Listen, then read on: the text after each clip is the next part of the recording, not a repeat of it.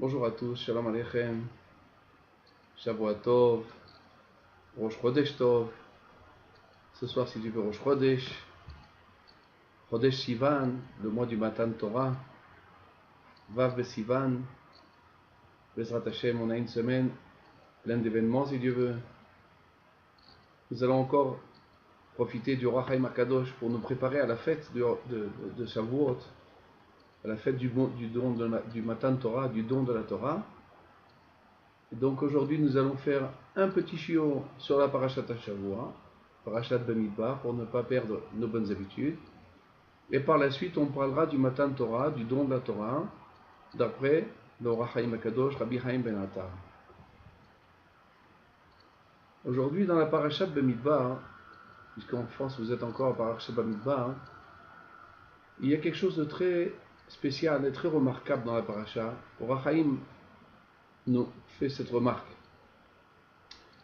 La Torah commence en nous disant comme ça: Vaidaber Adonai el Moshe Bemidbar Sinai Be'ohel Moed Berishon Lachodesh Hasheni Bashana Hashenit.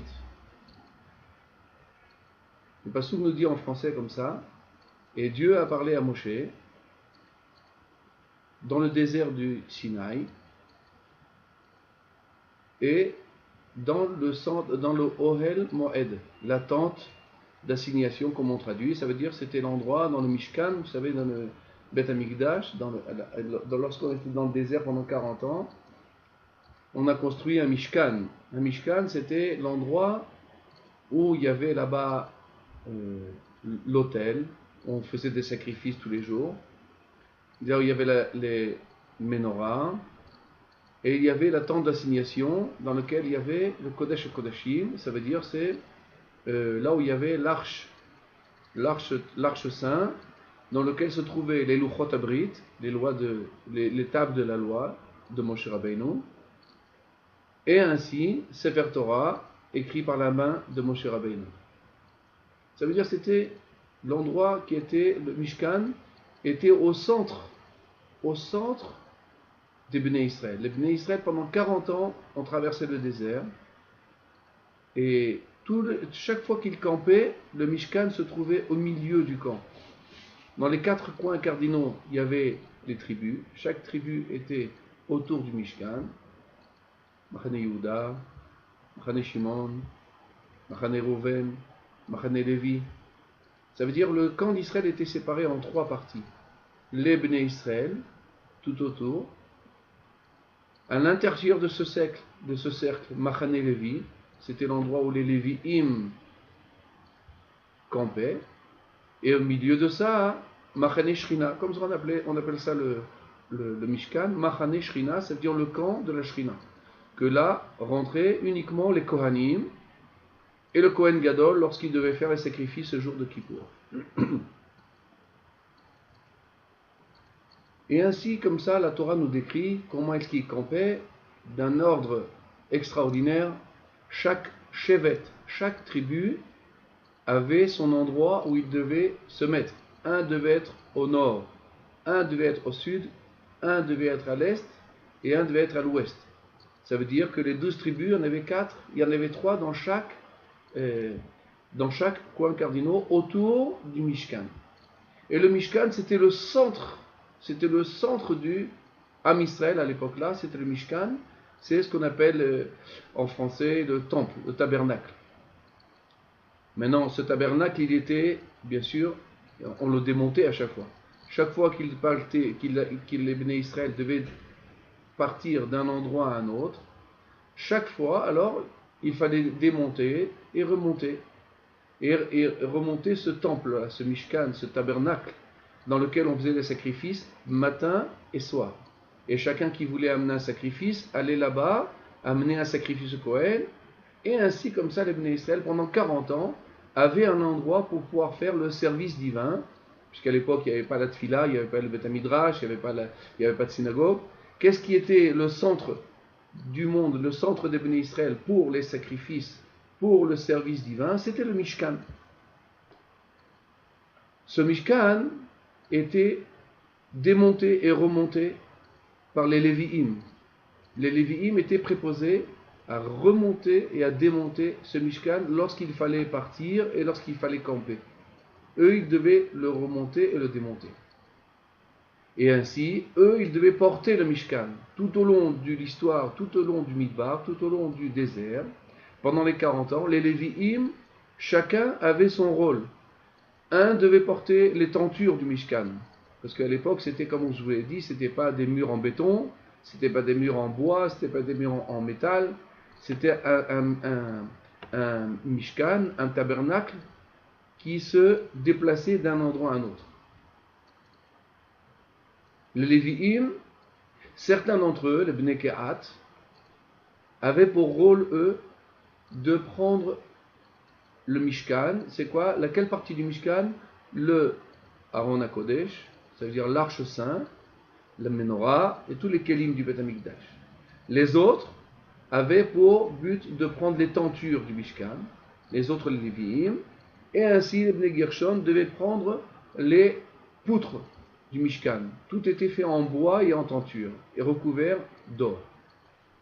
Et comme ça, les Bnei Israël, pendant 40 ans, allaient d'un endroit à un autre, camper là où ils devaient camper, et ainsi, chaque fois qu'ils devaient camper quelque part, ils remontaient le Mishkan, les Lévi'im devaient remonter le Mishkan, et lorsqu'ils devaient partir de quelque part, alors Dieu leur demandait de démonter le Mishkan, et ainsi, comme ça, pendant 40 ans dans le désert, on avait un ordre extraordinaire, toujours camper, le Mishkan était au milieu du Ham Israël, toujours au milieu du Béné Israël.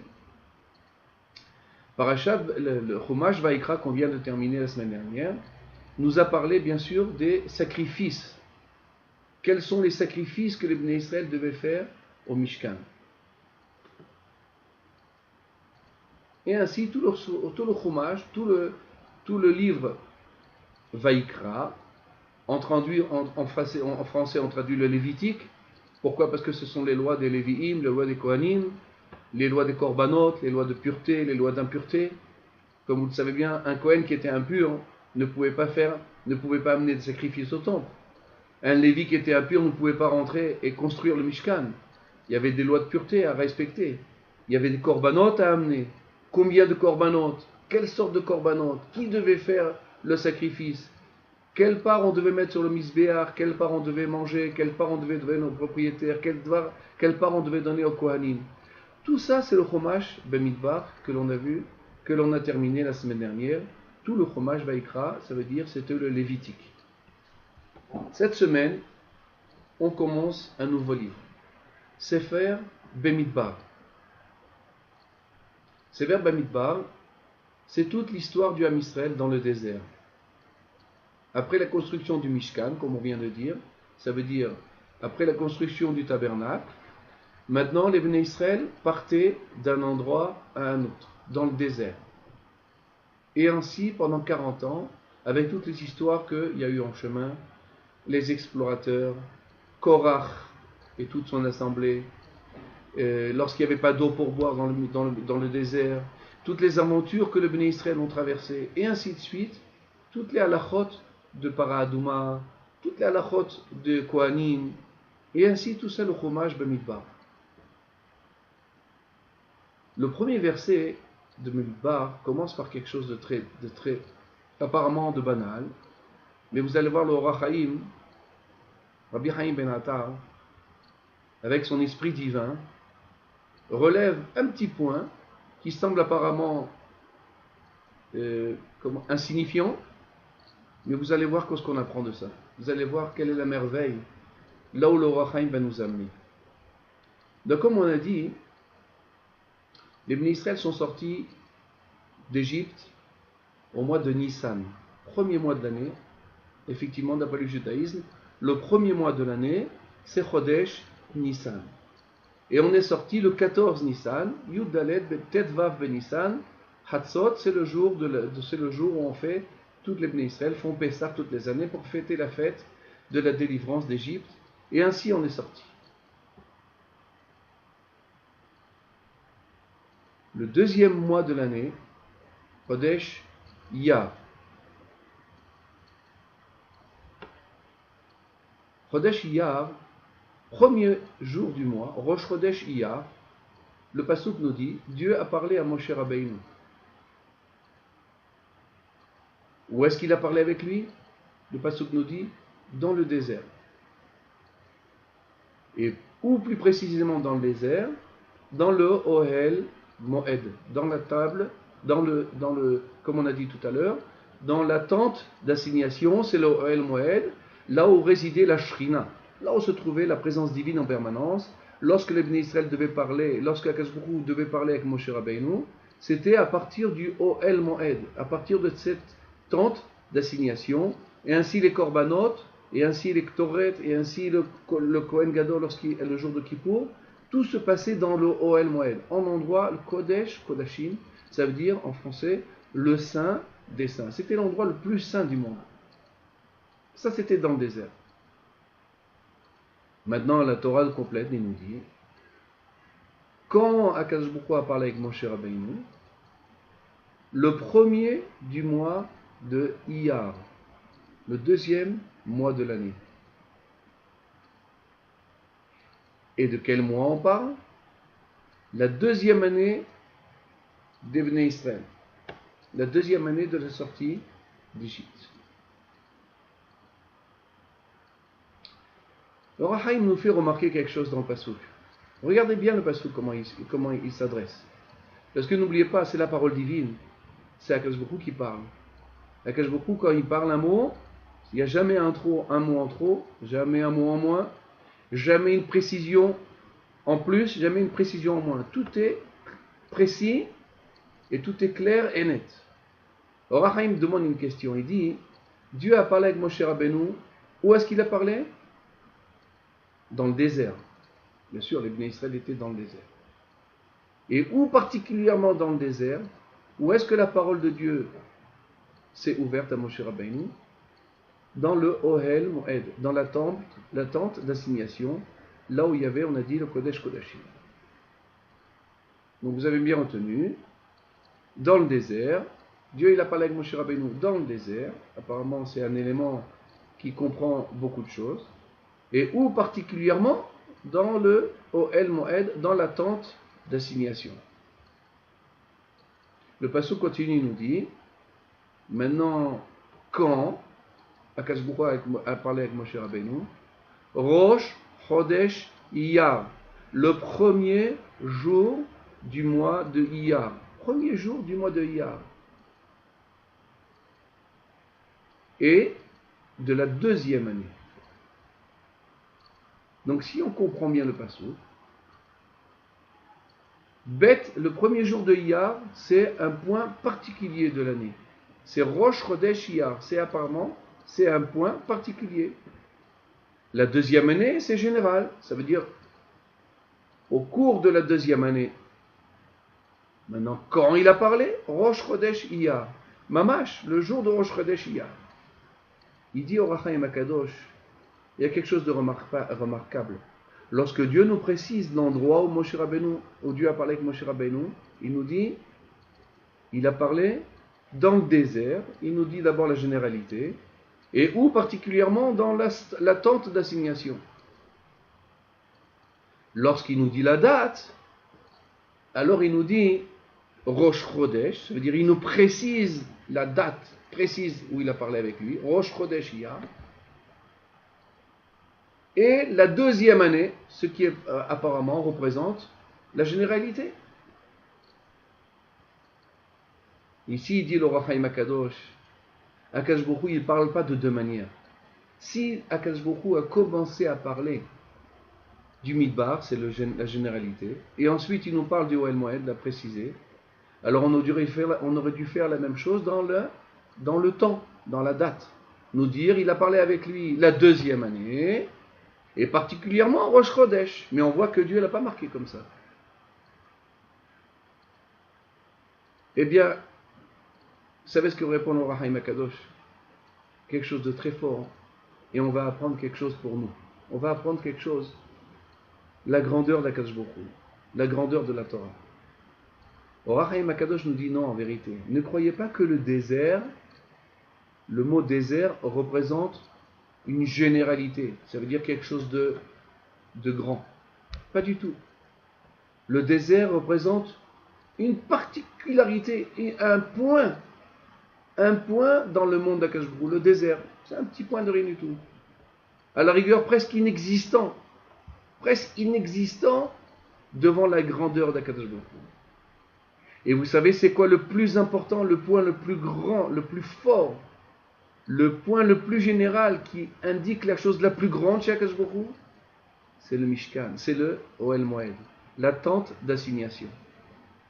Ça veut dire, il nous a dit, le Rachaim nous dit comme ça.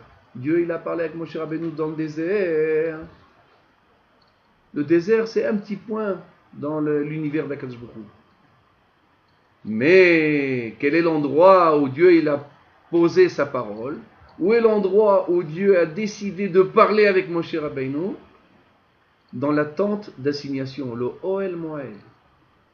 Ça, c'est la véritable grandeur du monde. C'est le Ohel Moed. Ça, c'est la beauté du monde. Le Ohel Moed. L'endroit, la tente d'assignation. Donc la généralité, c'est où? C'est le Ohel Moed. C'est la tente d'assignation. Et le point particulier qui est presque insignifiant aux yeux d'Akadosh Baruch Hu, c'est le désert. Je vous avais dit la dernière fois, quand on a parlé du Roi Chaim Akadosh, je vous ai dit que le désert est l'endroit de la Sitra Achara. Le désert est un endroit dans lequel se trouve là-bas, il y a beaucoup d'impureté dans cet endroit. Pourquoi? Parce que du fait qu'il n'y a pas de divinité dans cet endroit, du fait qu'il n'y a pas de divinité, alors là-bas les forces du mal ont une grande force, ont une grande importance. Par contre, le Ohel Moed, la tente d'assignation, c'est un endroit que les Bnei Israël ont réservé là-bas afin de faire le service divin. Dans cet endroit-là, on ne rentrait qu'une fois dans l'année, le jour de Yom Kippour. Dans cet endroit-là, ne rentrait pas tout le monde. Que le Kohen Gadol rentre là-bas. Et pourquoi faire? Pour faire des sacrifices, pour faire le service divin. Lorsque quelqu'un prend un endroit, par exemple, on va redescendre ça à notre niveau. On prend une synagogue. Au début, une synagogue, par exemple, il y avait une usine. Je connais un endroit à Paris où c'était une usine avant. Non. Cette usine, elle n'a rien de divin. Cette usine n'est faite que pour le chol, elle n'est faite que pour des choses profanes, pour fabriquer des choses, mais qui n'ont aucun rapport avec la divinité. Maintenant, un jour, cette usine a décidé de vendre cette usine-là à une communauté juive afin d'en faire une synagogue, afin d'en faire une yeshiva, d'en faire un Beth Midrash. Alors il faut savoir qu'il y a des lois. Lorsqu'on crée une synagogue ou une yeshiva, sitôt qu'on crée une yeshiva, on fait rentrer un Sefer Torah. Sitôt qu'il y a une yeshiva, on n'a plus le droit de parler des choses vaines dans une yeshiva ou dans une synagogue. Pendant la prière, par exemple, on n'a pas le droit de parler des choses vaines. C'est assourd, c'est interdit. Il y a marqué que les tzarot de Am Israël viennent parce que les gens parlent pendant la Beth Knesset des choses vaines. Pourquoi? Parce que l'endroit de la synagogue, c'est un endroit que l'on a sanctifié pour le service divin. Cet endroit, du fait qu'on l'a sanctifié pour le service divin, la Shrina, la providence divine, trouve une place où se poser. La Shrina, elle est en galoute. Depuis que le Beth Amikdash a été détruit, depuis qu'on n'a plus de Beth Amikdash, le premier Beth Amikdash, le deuxième Beth Amikdash, la Shrina, qui est la présence divine, n'a plus d'endroit où se poser. Le seul endroit où la Shrina peut se reposer, là où il entend des Bnei Torah parler de Tfilah, parler de Torah. La Shrina, elle vient et elle bénit cet endroit. La Shrina vient et bénit ce makom. Et comme on verra dans le Roi Chaim plus tard, par exemple, Shabbat, la même chose. Shabbat, on n'a pas le droit de parler de Chol. Shabbat, on ne doit parler que des choses saintes, que de Torah et de Tfilah et de Emouna et les chants de Shabbat et la sainteté du Shabbat. Comme ça, on sanctifie le jour. C'est quoi sanctifier un endroit? C'est lui donner un endroit particulier rien que pour la Torah et la Tfilah. Lorsque la Shrina voit cet endroit-là, elle vient et elle trouve un endroit où se poser. La même chose à l'époque de Moshe Rabbeinu. Les Bnei Israël étaient dans le désert, un endroit gigantesque. Un endroit, comme on a dit, le désert, c'est l'endroit où il y a le Sitra Achara, les forces impures se trouvent dans cet endroit-là. Pourquoi? Parce que c'est un endroit dans lequel il n'y a pas de Torah, il n'y a rien. Il n'y a pas de divinité dans cet endroit-là. Les Bnei Israël ont passé le désert, là où ils allaient, ils amenaient la divinité avec eux. Comme on a dit dans la Parashat Teruma. Veikrouli Teruma. Ve'asuli mikdash ve'shachanti betocham. Dieu il a dit au Bnei Israël, construisez-moi un temple et moi je résiderai parmi vous. Ça veut dire que Dieu ne réside pas dans les choses qui sont profanes. Là où il y a de la là où c'est profane, la présence divine est très infime là-bas. Il n'y a presque pas de divinité. La divinité commence là où il y a de la Torah, là où il y a de la Tfila. Un jour, Bezrat Hashem, dans les Shiurim à venir, je vous raconterai l'histoire de David Ameler. L'histoire de David Ameler, lorsqu'il a fait la guerre contre les Philistins, et il a ramené le Aaron à Kodesh vers Jérusalem. En chemin, ils se sont arrêtés pour une raison que je ne vous dirai pas maintenant, mais il faut lire dans le prophète, mais ce n'est pas le sujet de notre shiur aujourd'hui. David Ameler a été obligé de s'arrêter en chemin dans un village qui s'appelait Kiryat Ye'arim. Et là-bas, il a été obligé de mettre l'arche saint, de le placer dans la maison d'un homme. Il s'appelait Edom Oved Adomi. Et comme ça, le Sefer Torah et le Aaron HaKodesh est resté là-bas pendant quelques semaines dans sa maison. La Gemara nous dit que le fait qu'il ait pris sur lui de garder chez lui l'arche saint, Oved Adomi, la Gemara nous raconte qu'il a été béni, sa femme et ses calottes, ça veut dire les femmes de ses enfants, ont eu chacune d'entre elles 6 bébés dans un seul ventre. Chacune d'entre elles a accouché 6 bébés dans la même année. Il a été béni par les enfants. Là où la Shrina se trouve, la bracha elle descend. Là où la Shrina elle vient, elle amène sa bracha avec elle. La parnassa, les enfants, le shalom. Alors à Akadosh Baruch Hu, quand Dieu il devait parler avec Moshe Rabbeinu, où est-ce qu'il a choisi de parler? Pas dans le désert, parce que le désert c'est un endroit tellement grand et tellement il n'y a pas de Kedusha, il n'y a pas de sainteté dans cet endroit-là. Dieu ne pouvait pas parler de là-bas. Où est-ce qu'il a décidé de parler?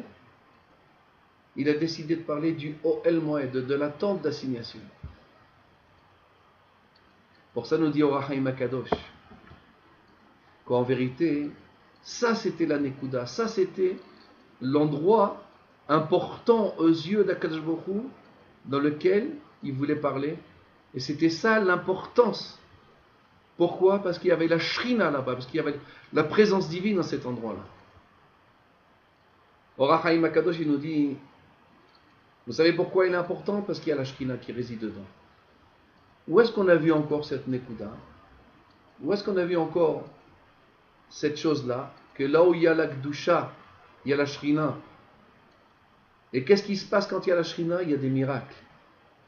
Le Midrash Rabbah, dans Vaïkra, Midrash Rabbah, Vaïkra, paragraphe 10, et le Perek 10, et le Pasuk Yud. Regardez là-bas la Gemara ramène, le Midrash ramène. Lorsque Moshe Rabbeinu a réuni les Bnei Israël pour sanctifier les Kohanim, quand ils étaient dans le désert, Dieu il a dit à Moshe Rabbeinu, réunis tous les Bnei Israël devant la porte de la tente d'assignation. Réunis les Bnei Israël là-bas. Combien ils étaient les Bnei Israël dans le désert? Les hommes uniquement 600 000.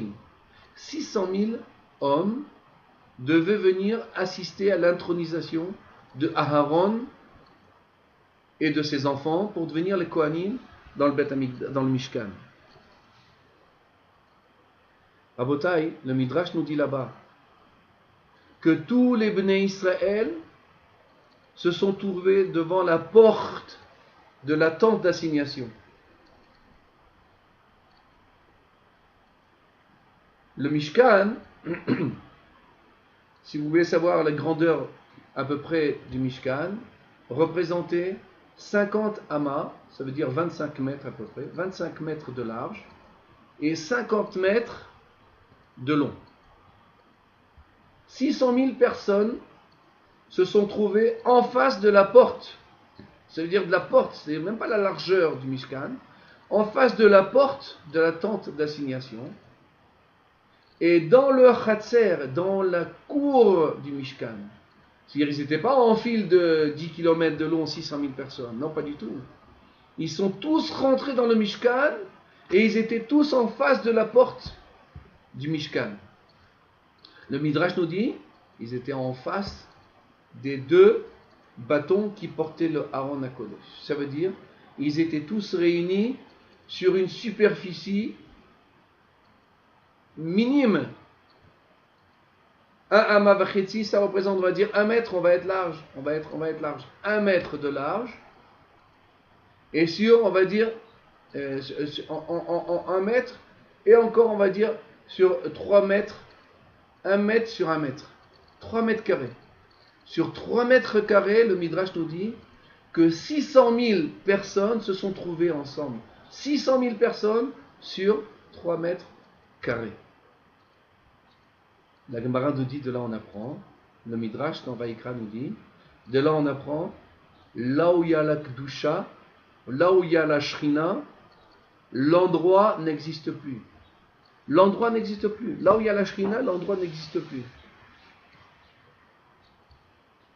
Ça, c'était la grandeur de la tente d'assignation. Vous savez, on dit, quand il y a de la place dans son cœur, il y a de la place quelque part.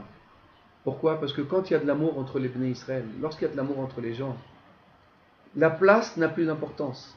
On peut se trouver dans une même salle à manger à 50 personnes, dans une salle à manger de 2 mètres sur 2 mètres. Pourquoi? Parce que quand il y a de la achdout, lorsque l'âme Israël il est ensemble, Be'ahava, alors la Shrina se trouve là-bas. La présence divine se trouve là-bas. La sainteté se trouve là-bas. Donc la place ne manque jamais.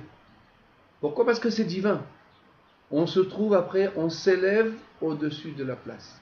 Par contre, il y a des gens, tu peux leur donner un château entier et mettre 2 personnes ensemble, ils ne pourront jamais vivre ensemble. Ils ne peuvent pas vivre ensemble. Pourquoi? Parce qu'il n'y a pas d'amour entre eux. Quand il n'y a pas d'amour entre 2 personnes, il n'y a pas le respect, il n'y a pas l'amour de l'un envers l'autre. Ce plaisir d'être réunis ensemble, ce plaisir de se trouver ensemble, s'il n'y a pas ce plaisir-là, alors même le plus grand endroit du monde ne suffira pas à ces 2 personnes à résider ensemble. Ça, c'est le secret de la Kedusha, c'est le secret de la présence divine. Encore une deuxième chose, une troisième chose. Où est-ce qu'on a vu cette chose-là? Lorsque les Bnei Israël montaient pour les fêtes de Pessah, Shavuot, de Sukkot, toutes les années, il y avait une mitzvah de montrer Shalosh Regalim Bashana, il fallait monter au Beth Amikdash. Tous les Bnei Israël montaient au Beth Amikdash. Et ils devaient arriver devant le Beth Amikdash là-bas, et chacun amenait son sacrifice de remerciement, ses sacrifices. Tout ce qu'il voulait faire, c'est pendant les Regalim. Il y a marqué là-bas, des milliers de personnes se réunissaient ensemble. Masechet Avot nous dit, Omdim tzfufim, mishtachavim lerevacha. Ils se tenaient serrés les uns envers les autres, serrés, on était serrés comme ça. Et quand on se prosternait, chacun il avait la place de se prosterner largement. Je fais une petite parenthèse. Je fais partie des gens qui voyagent à Ouman, à Rosh Hashanah, chez Rabbi Nachman. Et je sais aussi que chez Chabad aussi, les gens qui vont au Seven Cemetery, on me raconte ça. Là où le Ham Israël se réunit pour un but de Gdusha, un but de sainteté, je peux vous promettre que les endroits, il y a des milliers de personnes qui peuvent prier sur un seul endroit, et la place, elle contient tout le monde entier. Elle contient tous les gens qui peuvent rentrer dedans. et on se tient serré et on peut quand même prier Bekavana. On se tient serré et on peut faire toutes les mitzvot et on ne ressent pas la fatigue. Ainsi, je me souviens, le jour de l'enterrement de Rav Ovadia Yosef, j'étais là-bas à l'enterrement ce jour-là. Mes amis, on était 800 000 personnes.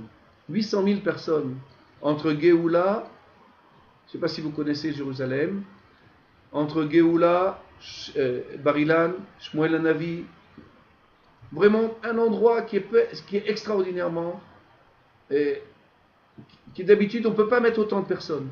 On était 800 000 personnes, on était serrés, très serrés, et en plus il fallait avancer pour suivre le cortège, le cortège qui a amené au cimetière.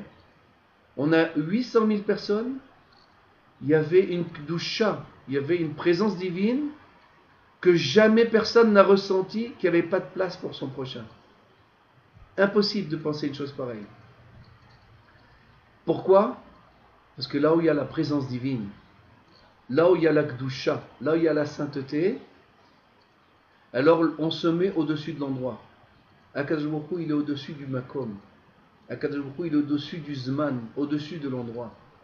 Akadosh Baruch Hu, il peut prendre une pièce de 2 mètres carrés et faire rentrer là-bas 500 personnes.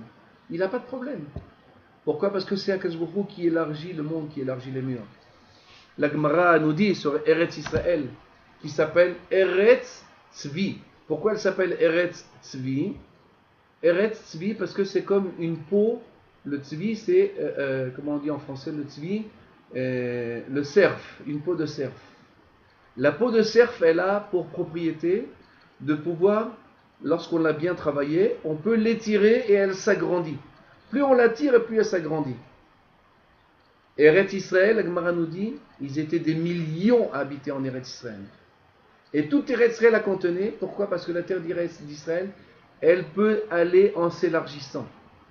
Comme on l'a dit dans le shiur précédent, Akadosh Baruch Hu, il a dit la Shrina réside en Eretz Israël, là où il y a les Bnei Israël. Dès que les Bnei Israël arrivent en Eretz Israël, il y a la Shrina qui vient habiter parmi nous.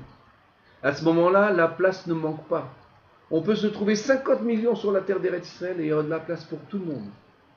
Pourquoi? Parce que c'est une terre sainte. C'est une terre là où se trouve la présence divine, se trouve Akadosh Baruch Hu.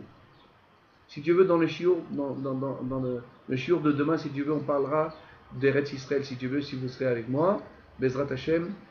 Ça, c'est la ma'ala de la Kedusha. Ça, c'est la ma'ala de la Shrina. Là où se trouve la Shrina, se trouvent les Nissim, les miracles. Et on va terminer par cette petite phrase de Baba Saleh. C'est même pas une phrase.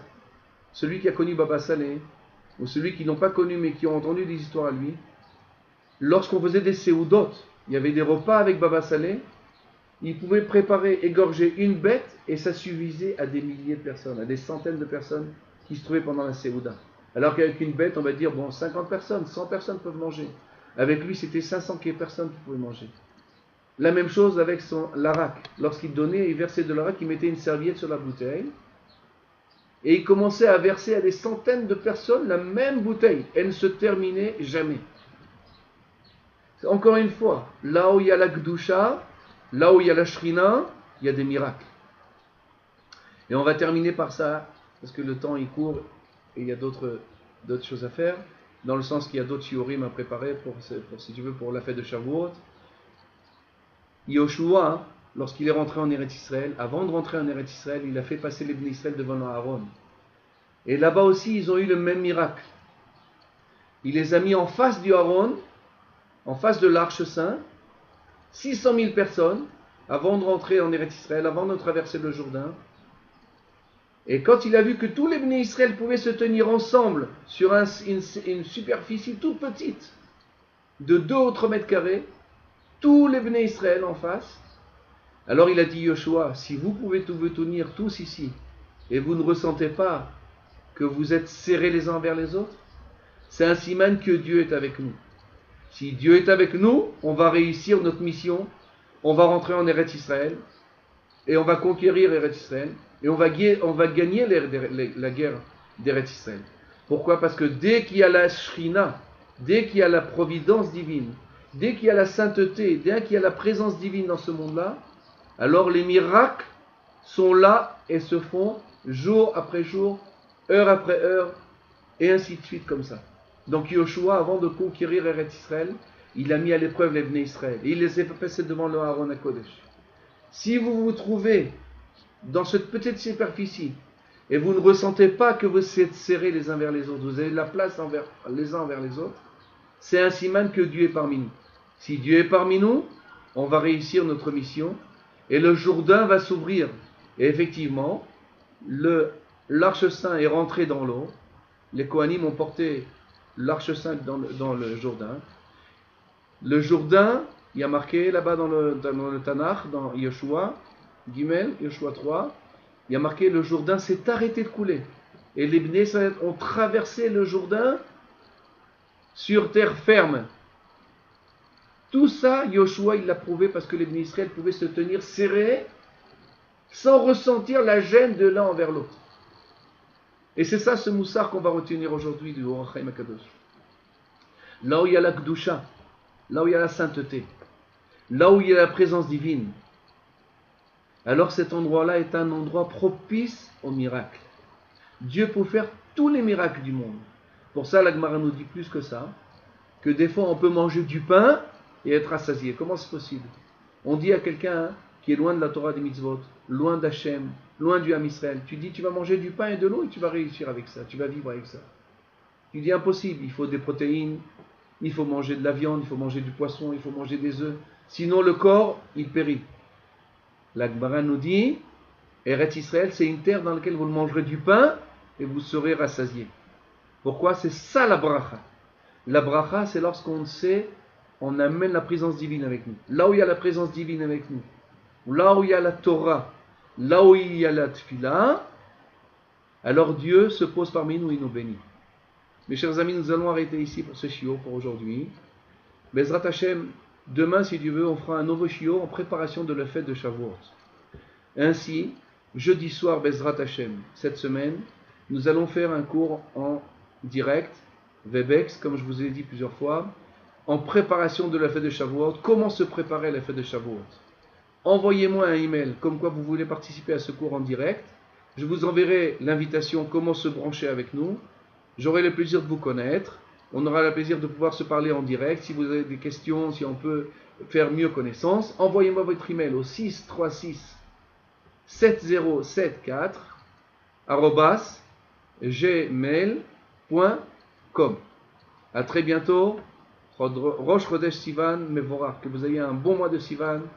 Et Bezrat Hashem, on se retrouve demain pour le prochain shiur sur Parashat Hashav, sur la fête de Shavuot.